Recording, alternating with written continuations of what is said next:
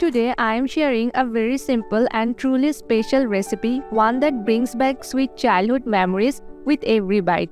Hello friends, welcome back to my channel Taste of Cooking and Baking. So let's make the recipe. In a mixing bowl, combine 1 cup of all-purpose flour with 1/4 teaspoon of salt and 1/4 teaspoon of baking powder. Add 1 tablespoon of ghee to the dry ingredients. Mix everything until the ghee is evenly distributed. Now gradually add water a little at a time and knead the mixture into a smooth dough. Ensure the dough is not too sticky, adjust with flour if needed. Now cover the dough and let it rest for at least 15 minutes.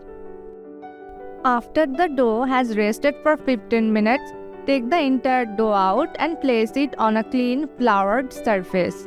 Use a rolling pin to roll it into a thick roti. Don't make it too thin as we want a nice crispy outside with a soft inside.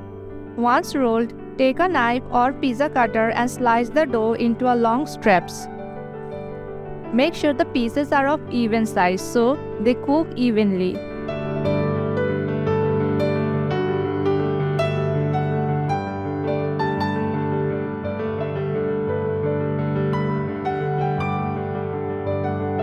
Heat oil in a frying pan over medium heat.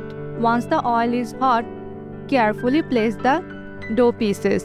Now fry them until it pops up and turn a little golden brown color.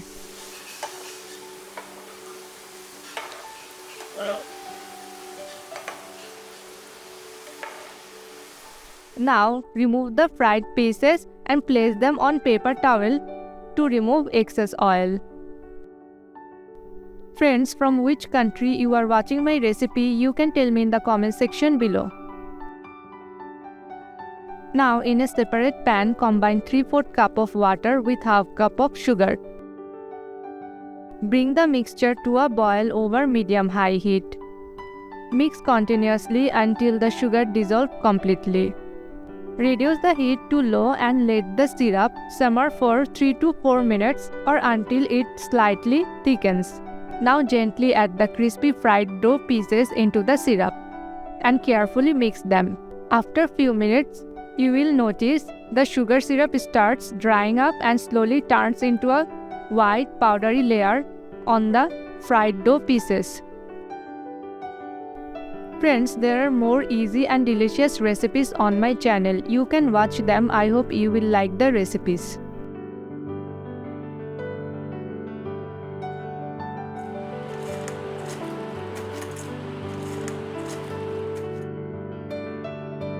Once all pieces are evenly coated and dry, turn off the stove and let them cool slightly. And just like that, our crispy, sweet and delicious murali is ready with a golden crunch on the outside and that classic white sugar coating. Each bite melts in the mouth and takes you back to the traditional flavors of home. So next time when you want to make something quick, easy and nostalgic, remember this murali recipe. Friends, if you enjoyed this recipe, don't forget to like, share and subscribe to my channel. Thank you for watching.